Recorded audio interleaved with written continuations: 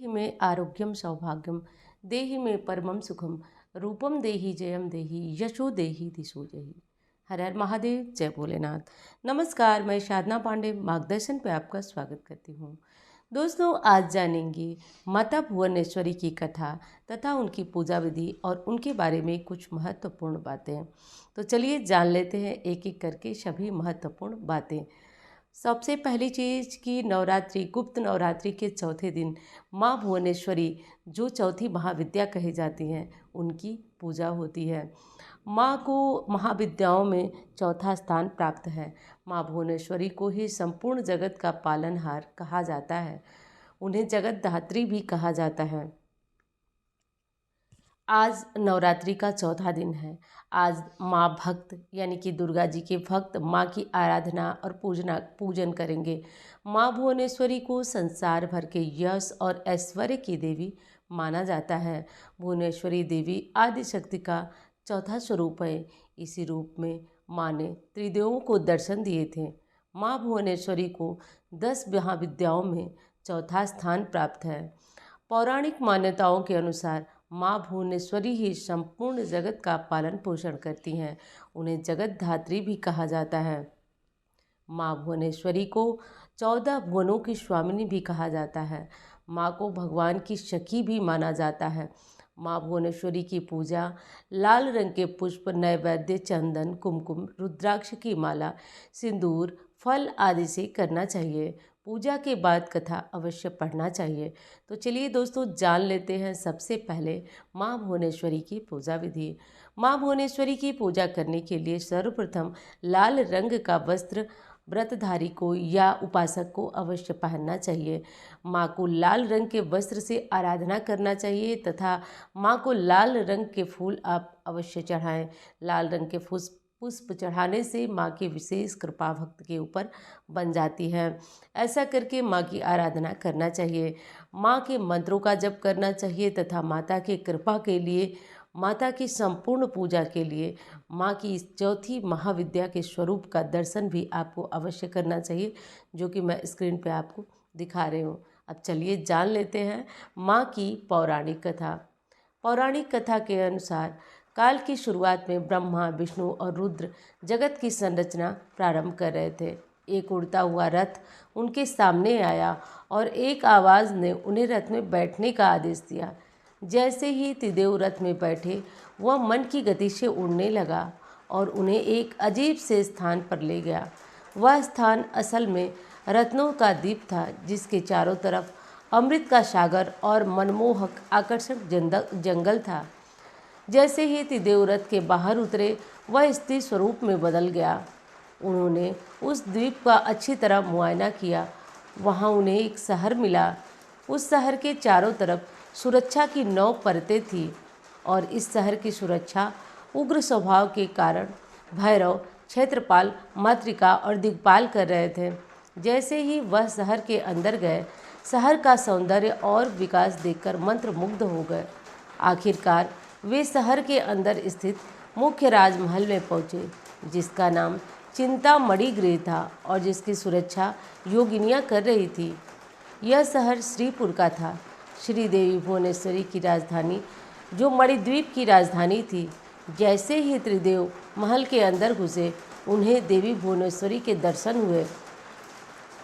उनकी छटा लाल रंग की थी। उनकी 3 आँखें और 4 हाथ थे तथा दोनों हाथ लाल रंग के आभूषण पहने थे। उनके शरीर पर लाल चंदन का लेप था तथा लाल कमल की माला भी पहनी थी। दाएं हाथ में उन्होंने अंकुश और कड़ा पहना था तथा दाहिने हाथ में वो अभय और वरद मुद्रा में दिख रही थी। उनका मुकुट अर्धचंद्र रूपी मणि द्वारा सुसज्जित था। वह त्रयंबक भैरव की बाईं गोद में बैठी थी, जो श्वेत वर्ण की थी। उन्होंने श्वेत वस्त्र पहने थे और उनके बाल उलझे हुए थे तथा उनके सर के ऊपर भी अर्धचंद्र एवं गंगा नदी थी। उनके 5 चेहरे थे तथा हर एक चेहरे में 3 आँखें थीं।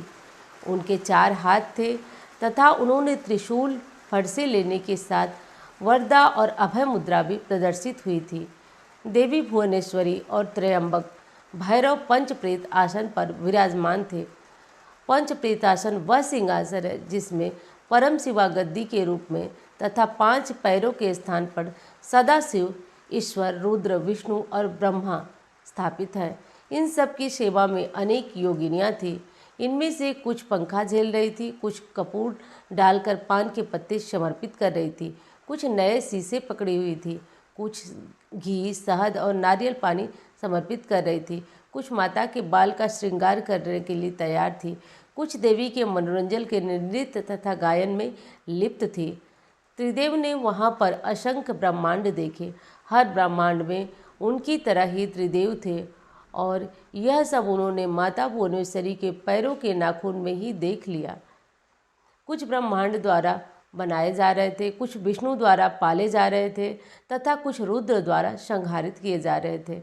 त्रयंबक की इच्छा शक्ति तथा उत्पन्न भुवनेश्वरी ने त्रयंबक के 3 स्वरूप बनाए, ब्रह्मा, विष्णु और रुद्र।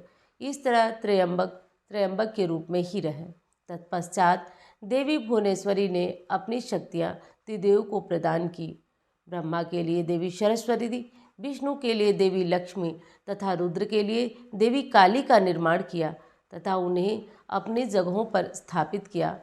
ब्रह्मा और सरस्वती ने मिलकर एक ब्रह्मांड रूपी अंडा बनाया। रुद्र और काली ने इसे तोड़ा, जिसे पंचतत्व स्वरूप में आए। इसके बाद पंच तत्व का उपयोग कर ब्रह्मा और सरस्वती ने संपूर्ण ब्रह्मांड की रचना की तथा विष्णु और लक्ष्मी ने इसके पालन पोषण का हर कार्य किया। अंत में रुद्र और काली ब्रह्मांड की समाप्ति ताकि सरस्वती और ब्रह्मा पुनर्रचना शुरू कर सके। इस प्रकार दोस्तों माँ भुवनेश्वरी की ये कथा आपको सुनी। अब चलिए जान लेते हैं कि साधक भक्त नवरात्रि के चौथे दिन माँ भुवनेश्वरी की आराधना पूजा किस प्रकार करना चाहिए और कैसे करके माँ की विशेष कृपा प्राप्त कर सकते हैं। दोस्तों माँ भुवनेश्वरी की आराधना के लिए सबसे पहले माँ की पूजा आराधना की जाती है। माँ की पूजा में आप लाल रंग का, जो कि मैं बता चुकी हूँ, विशेष प्रयोग आपको ज़रूर करना है। माँ की पूजा करने से हर प्रकार के संकट और कष्ट दूर होते हैं। माँ की पूजा के बाद उन्हें कपूर से आरती करना अत्यंत आवश्यक है। माँ की पूजा और कपूर की आरती से भक्त की सभी मनोकामनाएं पूर्ण होते हैं। इस प्रकार करके माँ की पूजा आराधना करना चाहिए।